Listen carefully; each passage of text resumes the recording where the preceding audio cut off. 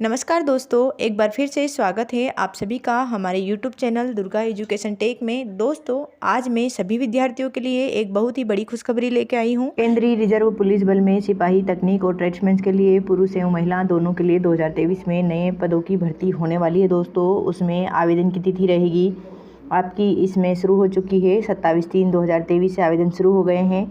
आवेदन के बाद अंतिम तिथि रहेगी जो 25/4/2023 है। तो आवेदन की अंतिम तिथि रहेगी 25/4/2023। इसमें आपके एडमिट कार्ड जारी होने वाले हैं 20/6/2023 से 25/4/2023 के बीच में। जो आपके एडमिट कार्ड हैं वो जारी हो जाएंगे और जो आपका एग्ज़ाम रहेगा उसकी तिथि जारी की है इसमें 1/7/2023 से लेकर 13/7/2023 के बीच में आपका जो है कंप्यूटर आधारित टेस्ट होगा। आइए पोस्ट जान लेते हैं। तो 9,212 इसमें टोटल पोस्ट है। उसमें से 9,105 पुरुषों के लिए और 107 महिला के लिए रखी गई है। पुरुष पदों की रिक्तियाँ इसमें ज़्यादा हैं और ये जो टोटल तालिका दी है इसमें महिलाओं की रिक्तियाँ स्टेट वाइज दी है जो कि टोटल 107 हैं। तो महिलाओं के लिए इसमें पोस्ट कम है और जबकि पुरुषों के लिए इसमें ज़्यादा है। आइए जानते हैं आयु सीमा में छूट के अनुसार क्या छूट दी गई है। तो अनुसूचित जाति, अनुसूचित जनजाति को 5 वर्ष की, पिछड़ा वर्ग को 3 वर्ष की, भूतपूर्व सैनिकों को 3 वर्ष का अनुदान रहेगा और 1984 के दंगों या गुजरात में 2002 के सांप्रदायिक दंगों में मारे गए पीड़ितों के बच्चे और आश्रित अनारक्षितों को 5 वर्ष की छूट दी गई है। जबकि 1984 के दंगों या गुजरात में 2002 के सांप्रदायिक दंगों में मारे गए पीड़ितों के बीच बच्चे और आश्रित ओबीसी को 8 वर्ष की छूट दी गई है। 1984 के दंगों या गुजरात में 2002 के सांप्रदायिक दंगों में मारे गए पीड़ितों के बच्चे जो कि आश्रित हैं उन्हें 10 वर्ष की छूट दी गई है। शैक्षणिक योग्यता देखते हैं। दिनांक 1/8/2023 तक क्या क्या योग्यता होनी चाहिए। तो सिपाही चालक के लिए इसमें शैक्षणिक योग्यता रखी गई है कि किसी मान्यता प्राप्त बोर्ड अथवा केंद्रीय या राज्य सरकार द्वारा मान्यता प्राप्त विश्वविद्यालय से कम मैट्रिक या समकक्ष उपलब्धि होनी चाहिए। और तकनीकी योग्यता heavy transport vehicle driving licence होना चाहिए और भर्ती के समय ड्राइविंग टेस्ट पास कराना चाहिए। अगला है सिपाही और मोटर वाहन मैकेनिक के लिए शैक्षणिक योग्यता रखी गई है।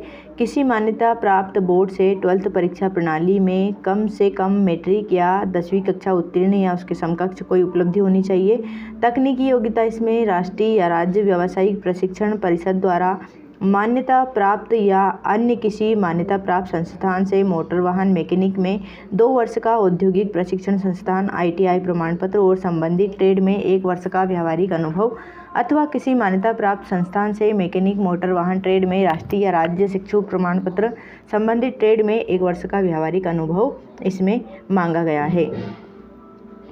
आगे बढ़ते हैं दोस्तों। तो आगे दिया गया है, अगले है अन्य सभी ट्रेड्समैन के लिए। तो शैक्षणिक योग्यता इसमें ट्रेड्समैन के लिए अगर अप्लाई करना चाहते हैं तो किसी मान्यता प्राप्त बोर्ड अथवा केंद्रीय या राज्य सरकार द्वारा मान्यता प्राप्त विश्वविद्यालय से कम मैट्रिक या समकक्ष या भूतपूर्व सैनिकों के मामले में समकक्ष सैन्य योग्यता है। और तकनीकी योग्यता इसमें रखी गई है संबंधित ट्रेडों में दक्ष और कार्य किया होना चाहिए। किसी मान्यता प्राप्त बोर्ड से मैट्रिकुलेशन या समकक्ष डिग्री होना चाहिए। पायनियर विंग या सिपाही, मेसन, प्लम्बर, इलेक्ट्रीशियन के लिए इसमें तकनीकी योग्यता मांगी गई है। संबंधित ट्रेडों में दक्ष और कार्य किया होना चाहिए और किसी मान्यता प्राप्त बोर्ड से मैट्रिकुलेशन। और संबंधित ट्रेडों मेशनरी या प्लम्बिंग या इलेक्ट्रीशियन में 1 वर्ष का अनुभव और किसी मान्यता प्राप्त औद्योगिक प्रशिक्षण संस्थान से ट्रेड का प्रमाण पत्र रखने वाले को इसमें प्राथमिकता दी जाएगी। परीक्षा की योजना देखते हैं कि परीक्षा आपकी होने वाली है जो कंप्यूटर आधारित होगी यानी कि ऑनलाइन होगी, जिसमें 100 अंकों के 100 प्रश्न होंगे। पहला होगा सामान्य बुद्धिमत्ता, तर्क शक्ति, रीजनिंग का जो कि 25 प्रश्नों की संख्या होगी और उसमें 25 अंकों का ही होगा। सामान्य ज्ञान और सामान्य जागरूकता का सेकेंड रहेगा सेक्शन, उसमें भी 25 प्रश्नों की संख्या रहेगी और 25 अंक रहेंगे। और आपका जो थर्ड है वो सामान्य गणित रहेगा, उसमें भी आपके 25 नंबर के क्वेश्चन आएंगे और 25 ही प्रश्नों की संख्या रहेगी।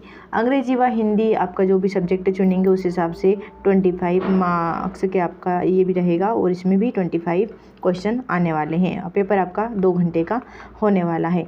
एक महत्वपूर्ण टिप देख लेते हैं दोस्तों, ये बहुत ही ज़रूरी है। प्रत्येक गलत उत्तर के लिए आपको 0.25 अंक की नकारात्मकता अंकन होगा। अतः अभ्यर्थियों को सलाह दी जाती है कि प्रश्नों का उत्तर देते समय इसे ध्यान में रखें। तो आपको इस बात का ध्यान ज़रूर रखना है कि इसमें नेगेटिव मार्किंग है। आप देखते हैं कि इसमें फ़िज़िकल टेस्ट में क्या क्या मांगा गया है। तो पुरुषों के इसमें फ़िज़िकल टेस्ट में लंबाई मांगी गई है 170 सेंटीमीटर और महिला के लिए इसमें रखी गई है 157 सेंटीमीटर। जो महिला की लंबाई है होनी चाहिए वो 157 और पुरुषों की 170 सेंटीमीटर मांगी गई है। जैसा कि ऊपर उल्लेख किया गया है कि अभ्यर्थियों की कुछ श्रेणियों की लंबाई में छूट की अनुमति दी गई है। ऐसे अभ्यर्थियों के लिए ऊंचाई में छूट का मानक इस प्रकार रहेगा। तो आइए देखते हैं। अनुसूचित जनजाति के सभी अभ्यर्थियों के लिए जो छूट दी गई है वो पुरुषों के लिए 162 और महिला के लिए 150 और पूर्वोत्तर राज्यों यानी अनुसूचित जनजाति के अभ्यर्थियों के लिए 157.0 रहेगी और महिला के लिए 147.5 रहेगी। वामपंथी उग्रवाद प्रभावित जिलों के सभी अनुसूचित जनजाति के अभ्यर्थियों के लिए 160.0 रहेगी, जबकि महिला के लिए 107.5 रहेगी। गढ़वाली, कुमाऊनी, डोगरा, मराठा की श्रेणियों में आने वाले अभ्यर्थी और असम, हिमाचल प्रदेश, जम्मू और कश्मीर के लद्दाख के राज्यों, संघ राज्य क्षेत्रों के अभ्यर्थियों के लिए इसमें पुरुषों की जो लंबाई रहेगी वो 165.0 और महिला की 155.0 रहेगी। पूर्वोत्तर राज्य अरुणाचल प्रदेश, मणिपुर, मेघालय, मिजोरम, नागालैंड, सिक्किम और त्रिपुरा के अभ्यर्थियों के लिए इसमें पुरुषों की 162.5 और महिला की 152.5 रहेगी।